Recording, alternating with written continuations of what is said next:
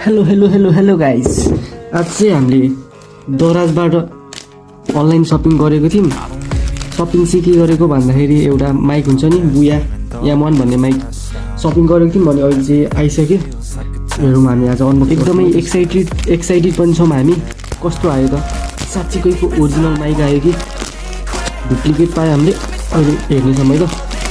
हामीले यो भिडियो बनाउनुको कारण चाहिँ के हो भन्दाखेरि दराजमा साँच्चीकै ओरिजिनल सामानहरू पाउँछ त भन्ने मकसद हो। अनि हजुरहरूलाई पनि देखाइदिने, हजुरहरूलाई पनि सजिलो हुन्छ नि त।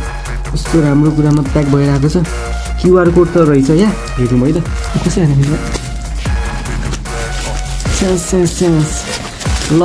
हाम्रो माइक हामीले अर्डर गरेको माइक आइसकेको छ। ल खोलौँ है त कस्तो रहेछ भित्र अझै। I'm inspired by thirst, I'm inspired by worth. I desire your worst, so you can just hide while I work. I'm tired you first. I write the second, third verse about the lies you go disperse. You never did I know it hurts. एकदमै हेर्दाखेरि चाहिँ बाहिरबाट एकदमै genuine छ, एकदम आहा खालको feel दिइरहेको छ। हेर्नु है त कस्तो भएको छ हाम्रो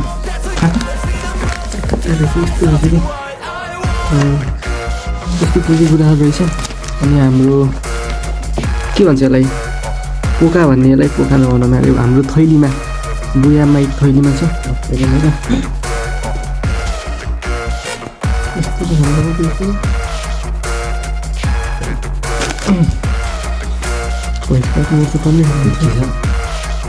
देख्न सक्छौँ हाम्रो गाइस बुया माइक बोया ए बुया होइन है,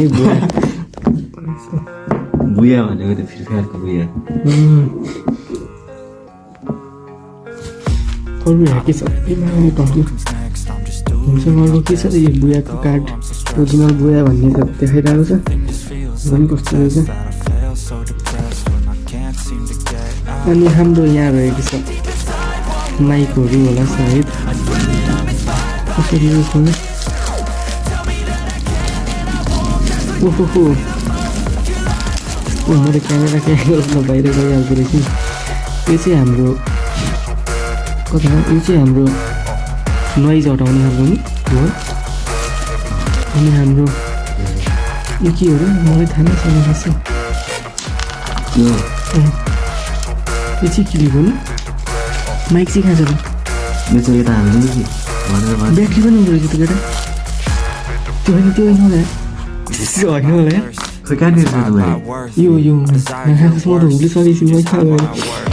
I'm tired you first. I write a second, third verse about the lies you go disperse. You never did I know it hurts. अच्छा जी, अनि यो चाहिँ के हो त ए यस्तो सिस्टम हो। यो त हाल्नुको लागि होला, क्यामेरामा हाल्नुको लागि। क्यामेरामा हाल्नुको लागि हामी ट्राई गर्छौँ है त कस्तो छ क्वालिटी। अनि स्क्यान पनि गरेर ल्याउँछौँ हजुरहरू। यहाँ बिचमा चाहिँ ब्याट्री हुँदो रहेछ। ब्याट्री छैन, ब्याट्री हामीले फिट गर्नुपर्छ। ब्याट्री हाल्नुपर्छ रहेछ यस्तो बिचमा।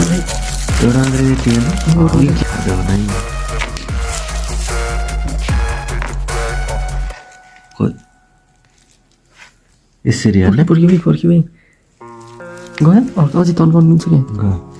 अब त्यो बन्द गरिदिनु।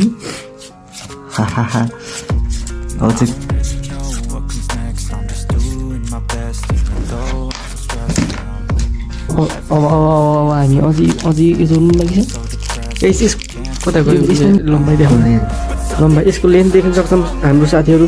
हाम्रो आन्द्राभन्दा पनि लामो हुँदो रहेछ यसको लेन्थ चाहिँ। वाह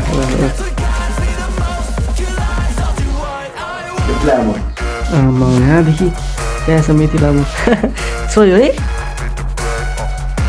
कसरी लामो हुन्छ के नि तिम्रो त्यहाँ छ त मुठा के हो त्यस्तो। हेलो साथीहरू, म आज तपाईँहरूलाई माग वक्रमा भएको परिवर्तनको कारणले सन्तुलनमा आएको परिवर्तनको परिभाषा सुनाउन जाँदैछु।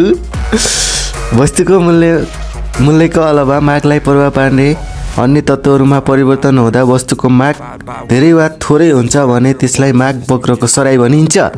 आजलाई यति नै।